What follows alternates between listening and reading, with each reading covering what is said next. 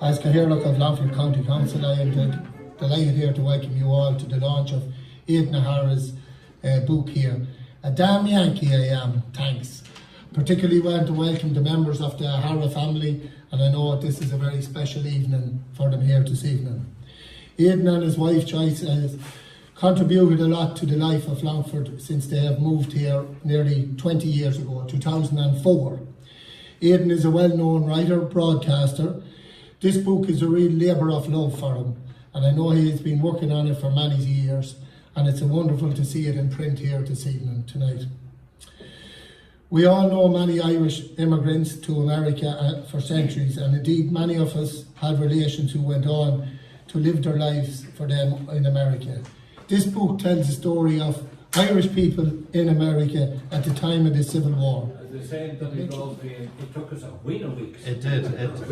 So I learned an awful lot by doing it. I really enjoyed being able to read the book and being able to get all the illustrations and the hard work, the years of work that Aidan has put into this book is just amazing. And to be able to then get it typeset and then to get it distributed and to be available to you here now has been a huge amount of work, but a great pleasure to be able to work with Aidan and with the family on this. It's a great book. You'll hear more about it over the course of the evening. It's very enjoyable, easily read, and available not only in physical form but also in digital form, because that's the way of the world as well. And I would say that maybe there might be another book coming out before we keep them busy.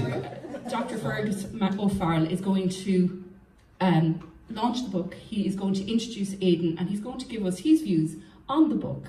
So without further ado, Dr. Fergus O'Farrell.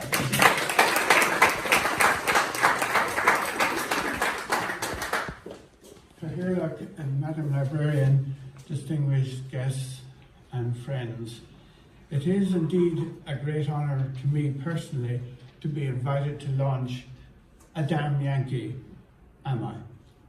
Thanks, Portraits of the Irish in the Era of the American Civil War by my distinguished friend Aidan O'Hara. The honour, I think, is in two parts. First of all, I think tonight we celebrate the author, and then we will celebrate the book, because Aidan is a very distinguished broadcaster, an award-winning broadcaster. He's a historian and a distinguished author. And then when we come to talk about the book, it is indeed a very innovative and very significant contribution, not only to Irish historical studies, but to American historical studies. And of course, in addition to that, we have his wonderful essay in the book Martin and myself edited, Longford History and Society, where Aidan dealt with this unique part of the Irish historical experience, emigration. Now that doesn't cover all Aidan's interests. He also covers music and tradition, and indeed the struggle for self-government and independence. So it's right to honour Aidan tonight. He's made a major contribution casting new light on our county's past. Aidan has taken a special interest in the area of Newfoundland, and he's presented 3 acclaimed rare documentaries on the Irish Newfoundland, and indeed won a literary award for Nagale Idalav Anisht, telling their story. So therefore it is fitting to honour Aidan tonight. He is, I would describe him as a Renaissance man, a Renaissance scholar, with such a broad spread of interests and expertise, and a broadcaster and communicator, a superb one. And so you can consider it an honour for me to be asked to launch his book tonight. It has a very grabbing title, A Damn Yankee, Am I? Thanks.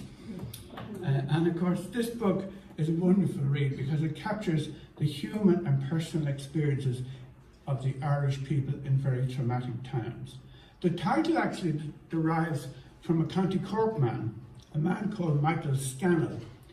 Now, Michael was the colour sergeant in Company A of the 19th Massachusetts Regiment, and he was fighting on the Union side against the Confederate forces in the Civil War. And on the 22nd of June, 1864, Scannell was in a dugout with others, protecting the flags from capture, when suddenly the Confederate soldiers were upon him, and they were captured. "You damned Yankee, give me that flag," shouted the Confederate. And what was Michael's response? "Well," said Scannell, "it is 20 years since I came into this country, and you're the first man who ever called me a Yankee. You can take the flag for the compliment." And that story so memorably captures the loss of status and indeed the discrimination experienced by the poor immigrant Irish who were forced by hunger and poverty to flee Ireland in the course of the 19th century. When they arrived on the shores of the United States, they naturally longed for respect and for acceptance in the new world. And sadly, in many cases, they didn't meet it, and certainly not immediately. And the most valuable feature of this book is that it places our compatriots, the Irish people who were fleeing, it places them in their context in Ireland as well as in the United States when they arrive. Today, when we are so prosperous in the Irish Republic, we've struggled, I think, to understand and appreciate the extent of poverty and immiseration that afflicted certainly over a third of the Irish population of 8 million before the famine. It's hard to grasp the absolute poverty. The scale of poverty was due in large measure to a very dysfunctional land system, and then, of course, the catastrophe of the Great Hunger in 1845 to 52, which drove thousands up to million to emigrate. Now, when they did arrive, very many of them, as I say, suffered greatly from disdain from those who were already settled there, largely a Protestant Puritan culture in many cases. The Irish poor were uneducated in many cases and unskilled, and they met with disparagement and exploitation. Aidan in the book records a joke in the mid-1800s America, and this joke has a black slave complaining. "My master is a great tyrant. He treats me as badly as if I were a common Irishman." Which gives you some idea of how the felt experiences of those who were despised. Now we come to the American Civil War and the Irish. Of course, the American Civil War is a very significant event, not only in American history and in Irish history, but in world history. Of course, I think everybody will find fascinating, and I certainly do, the various personalities that are introduced from all over Ireland, and of course, from our own county Longford. And so that's what I mean about Aidan's book. It sets you off and thinking about groups of people like the Roman Catholic priests who became chaplains in the various armies and their stories. And I could dwell on a number of them, some of them who came back and exposed what was happening in Matumna workhouse, having been traumatized by what they saw in America and then traumatized by what they saw in the abuse of a master called Ogun in Portumna working house, and then returning to the United States. You see how this book will set off, I think, new lines of Irish and American historical reflection, and hopefully more stories on what has been quite a neglected area of Irish historical studies until recent decades. Turning now to conclude, the Irish people involved in emigration, it's hard to get our minds around the scale of it. The numbers are quite enormous. Between 1845 and 1870, approximately 2.5 million Irish made their home in America. It is only relatively recently that this emigration and then immigration story has been studied in great detail by historians, and Aidan has a very illuminating reference to what studies have been done, but also on, he's a wonderful chapter on the Irish and post-Civil War United States.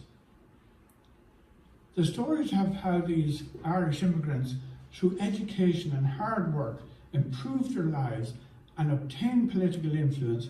They are very inspiring.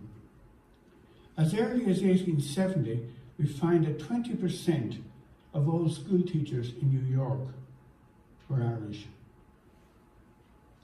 Aidan charts the roles played by Irish women in trade unions, in religious life as nuns, and in many other occupations.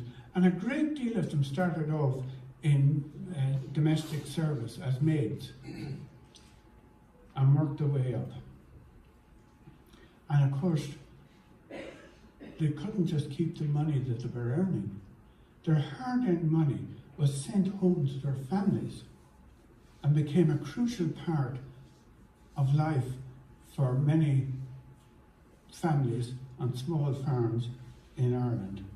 It has been estimated between 1848 and 1900, the annual average sum of at least $5 million was sent to Ireland every year, making a grand total of over $260 million in this period.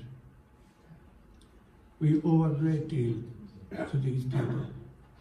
They fed or bedded what would have been otherwise a grim circumstances for many families and brought on their siblings to better circumstances, either at home or abroad.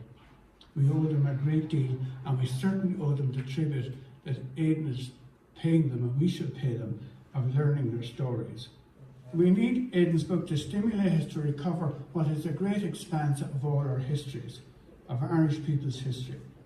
Emigration, of course, has led to this powerful Irish diaspora, which you find throughout the world, particularly, of course, in the United States, but in Australia and many other places.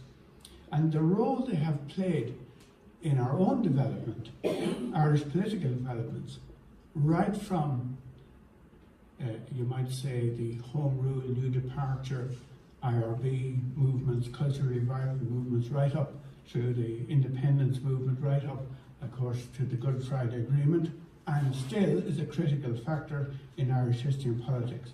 So we owe a great deal to them, and we certainly need to understand Irish America, how it's developed and how it's evolved, and perhaps we need to understand it a great deal more and a great deal better than perhaps we've done in the past. It is therefore an honour and a privilege to launch this important book on the Irish in what you might call the transatlantic world of Ireland and America. Well, Longford, gan buchas le fergus a scaffold the dorche, the multi napul tilchagum, a clacum leo, and it's so wonderful to see so many of my friends, our friends, Joyce and I, that you took the trouble and time to come out this evening. And I hope, if and when you got the book, and of course I'm assuming you have, each of you, your own precious little copy, that it fulfills all of what you hope and your expectations for the book. It is also, of course, a great pleasure to know that so many of our friends and relations abroad, in places around Ireland and indeed Newfoundland, that's how they call it over there, by the way, Newfoundland. And in Irish, of course, we call it Talmanaish, which is I used to always think the land of the fish, but of course it can mean that, but it really is meant the fishing grounds. And it's that one place outside of Ireland with its own special name. Also in America and Canada, our relations there, my twin brother Mel, I hope, is watching in Ontario. And I'm deeply grateful to Fergus for all the kind things he said about me. I want to say that in writing this book, I have many people to thank, not least, of course, my dear wife Joyce, who's sitting here in front of me, my first and only love. You're all supposed to say, but a friend for 60 years, and a spouse for 57 years. And she is, I wouldn't be anywhere without her. It is also a great pleasure to have members of my family, the children here, Kathleen, who's up in Donegal, and a mainstay for this family, Sean, who's taking some pictures, and you've already met Brian. Brian lives in Inverness, where our other youngest son lives, Connor. So Connor, good evening to you. I could tell you about, so I've met so many interesting people along the way. And Fergus, you did rightly say there's more that I could write about. I had to dump huge amounts of the thing in editing this book, because our story is so interesting. And you might think, but sure, the Irish story in America is well told. Well, no, it hasn't. And all the time, younger historians are coming up with new information and background about the Irish story in America. But one of the women I met along the way, to do with the Irish abroad, that came to Ireland and was impelled to sort of look around and see what she could find, was a woman called Asenath Nicholson. She was born a Hatch, Asenath Hatch, in Vermont in 1792. And she wrote 2 books when she was here. She came here in 1844, was here during the famine. First book was called Ireland's Welcome to the Stranger. And then the other book was called Annals of the Famine in Ireland. She was one of the many foreigners visiting Ireland to see what was going on in this country. In the state of Ireland during the late 1700s, and the famine had been described by the historian on Irish immigration, Carby Miller, as a country that was ubiquitously and hopelessly destitute. And the Irish were everywhere. By the way, the Irish were everywhere, not just because of the famine. 1 million of them had already been there before the famine. And in all of my readings of magazines and journals from the early 1800s, the North Atlantic Journal, they're all there online, by the way, if you know where to find them, and I do, and I subscribe to various archives. The Irish are prominent. They were everywhere. They were very often poor, and they were very often, shall we say, doing the rough work and hard work, but they were noticed and described, and of course they were there in some numbers. But anyway, our friend Asenath Nicholson, just to tell you what I've written here about her, part of it anyway, she got married and lived in New York and visited the poor Irish districts in the notorious 5 Points district of New York, where she became fascinated with them because of their obvious poverty on the one hand and their seemingly irrepressible good humour and cheerfulness on the other.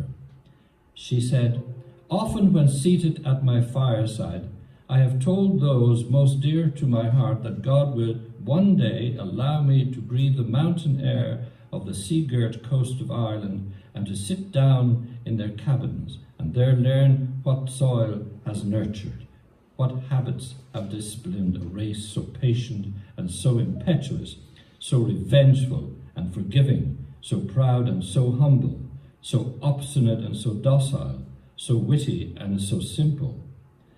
Now, in focusing on the apparently contradictions that she saw in their makeup, this Yankee Protestant woman reflected the curiosity of many Americans, their preoccupation even with these strange Irish who had been coming to their shores in ever-increasing numbers since the economic decline in Ireland following the defeat of Napoleon at the Battle of Waterloo in 1815.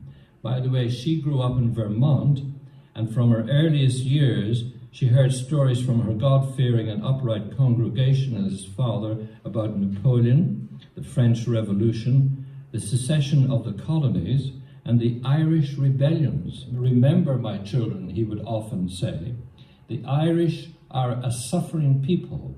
When they come to your doors, never drive them empty away." Now, I'm really wanting to emphasize there the state of how the Irish people were at home, and this book here quotes many of the writers, and then what the writers in America said about them, and then also some diaries and some quotes that I came across, rare ones, what the Irish, how they saw themselves, and they could be quite critical. Two men who came from France to Ireland were Alexis de Tocqueville and Gustave de Beaumont. Some of you will come across them in your history readings. Alexis de Tocqueville is famous for his 2-volume work, Democracy in America, which is read today, because the French and the Germans and all of them were fascinated with America, this new republic, because Europe, after all, Germany had 39 principalities, Italy was not a lot different, and here they had England next door, which was a united kingdom, the most powerful nation in the world, and out of it sprung this country called America. He called the Americans Anglo-Americans, and he described what he saw. They also came to Ireland in the 1830s to see what was going on there, having been to England to see the United Kingdom at work, and then to see the other island. And they came across and were appalled at what they saw, again describing the scene there. One man, by the way, the Irish, the people at home in Asenath, Nicholl describes how those who oppressed the Irish behaved in the same way towards them as they did towards the slaves, and blamed them for being poor and miserable and ignorant, as if it was their fault. And they said the same thing about the Irish. But a man that I admire enormously, some of you may not have heard of him, I hadn't certainly. His name was Robert Kane, a son of a United Irishman, and born in the late 1700s, and then he became a chemist, and his work on chemistry was published in 2 textbooks and was circulated all over Britain, Ireland, and indeed outside of it. And he was one of the, I wrote down here, one of the sharpest ripostes to writers and commentators who blamed the Irish peasantry for themselves, blamed the Irish peasantry themselves for their miserable state, came from the pen of the distinguished Irish chemist Robert Kane, 1809 to 1890. He gave his blunt rebuttal to those who blamed the people, quote, "We were reckless, ignorant, improvident, drunken, and idle. We were idle, for we had nothing to do. We were reckless, for we had no hope. We were ignorant, for learning was denied us. We were improvident, for we had no future.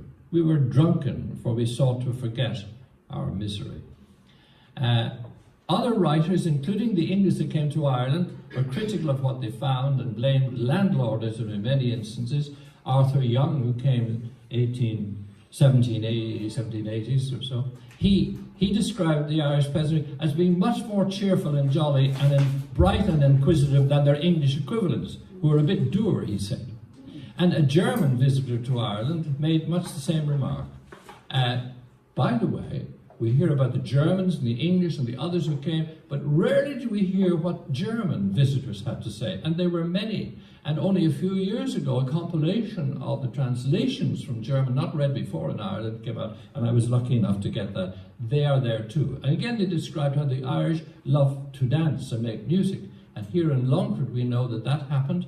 One of those making music and teaching others how to do it was the fiddle master Blind Kiernan, born in 1807, and the Longford people knew how to make music, in spite of difficulties and misery.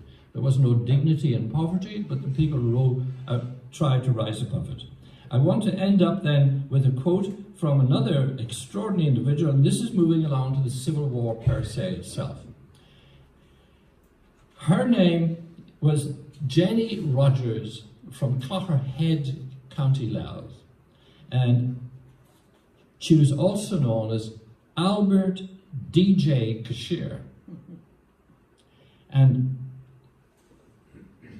just to quote from the book, Sister Mary Dennis Maher pointed out that nuns had to be prepared to deal with many unusual and sometimes strange duties that included mediating quarrels between staff members or patients and other personnel, and taking care of the occasional female soldier who was usually discovered when they were wounded or sick.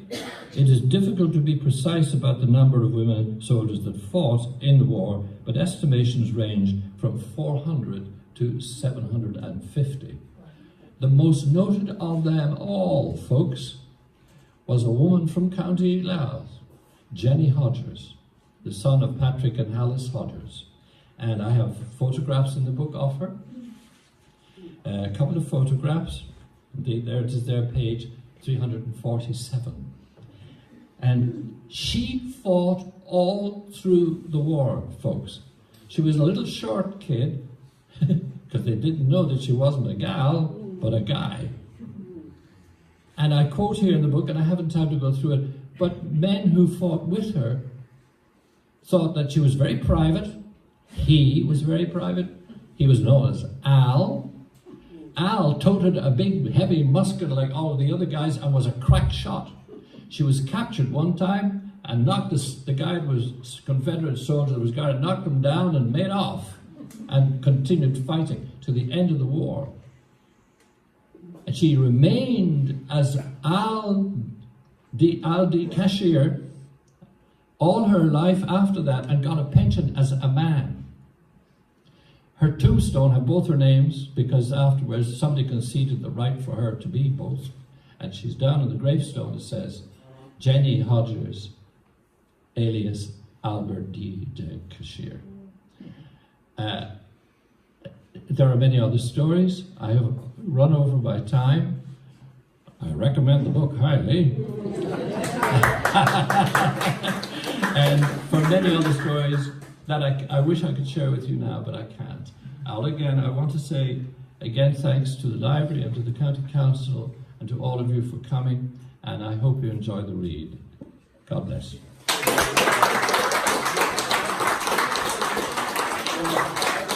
We all famously know that the O'Haras are great singers and entertainers. So the whole family are going to entertain us with three songs. Yeah. One of them has 27 verses, but we'll cut it down. These folks are Joyce's family. There are a lot of German ancestry, 6th generation German, no other ethnic group.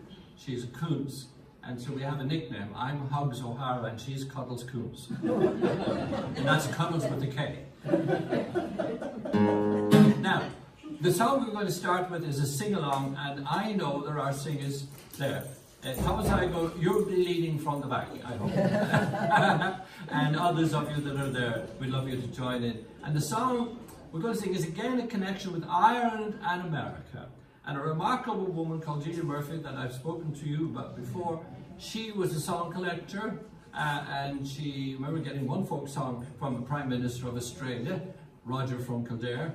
She said, I'll sing for you now the song I sing that I don't sing for the nuns, but this is another version which it's got a respectable version of the song, but I won't sing that now. But she wrote a song called I'm a rambler, I'm a gambler, I'm a long way from home, and if you don't like me, well, leave me alone. I eat when I'm hungry, I drink when I'm dry, and the sunshine, the moonshine don't kill me, I live till I... You all know that one. I said to myself, she mentions dollars in it. So she got that from someone who had been to America, possibly her father, and so she wrote her own song called The Moonshiner, I'm a Rambler, I'm a Gambler. So I said to two women friends who visited from America, dulcimer players, I said to them, where could she have got it? And one of them, who was from Texas, said, I'll tell you where she got it. It was collected by Alan Lomax about 1930 when he was collecting in Texas. And this is the song he collected, and it mentions a town called Belton and another one called something else, I can't think of it. And Delia heard that song and she made her own version of it. This is the song that was collected in Texas. I'm a gambler, I'm a gambler, I'm a long way from my home, and if you people, you don't like me, well, just leave me alone. All together, I'm a gambler, all together, I'm a gambler, I'm a long way from home, and if you people, you don't like me, well, just leave me alone. The night was dark and raining, and the moon gave no light.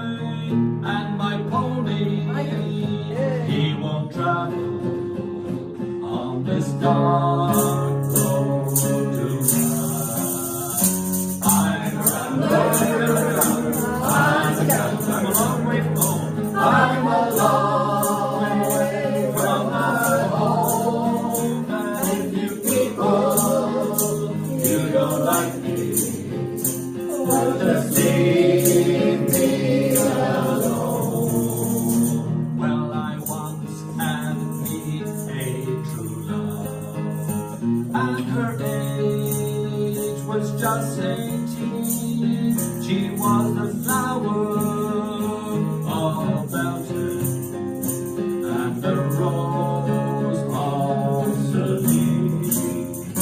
I'm a rambler, yes, I'm a gambler. I'm a long way from my home, and if you people, you don't like me, well, just leave me alone. Well, her parents, they didn't like me, and now she's just the same. But if my name's still in your book, gal, well, just blot out my name. I'm a rambler, I'm a gambler, I'm a long way from my home, and if you people, you don't like me, well, just leave me alone. Now there's changes on the ocean, and there's changes on the sea, and there's changes in my true love, but there ain't no change in me. Why? 'Cause I'm a rambler, I'm a gambler, I'm a long way from my home, and if you people, you don't like me, well, just leave me alone. One last time, I'm a rambler, I'm a gambler, I'm a long way from my home, and if you people, you don't like me, well, just leave me alone.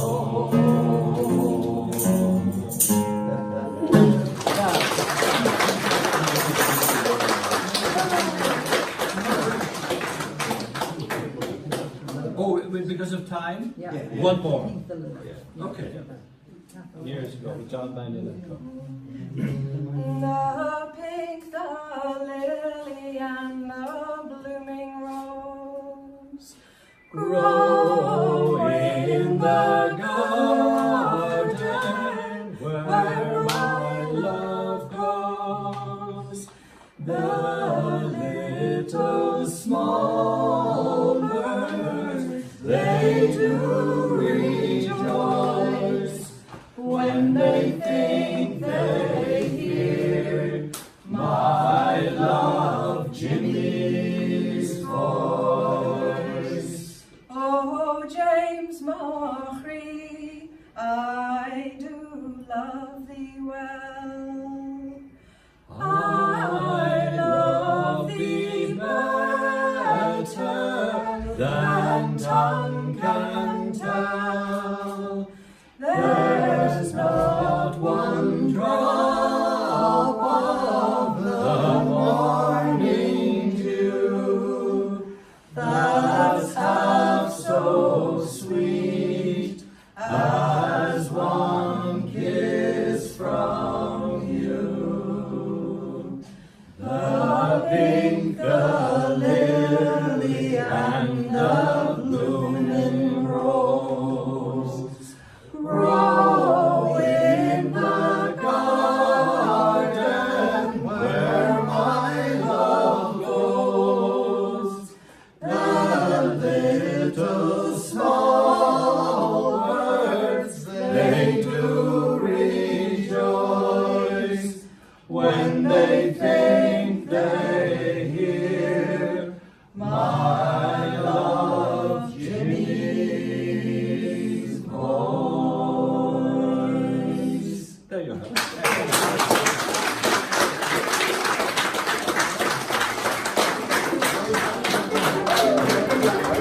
Welcome to join us for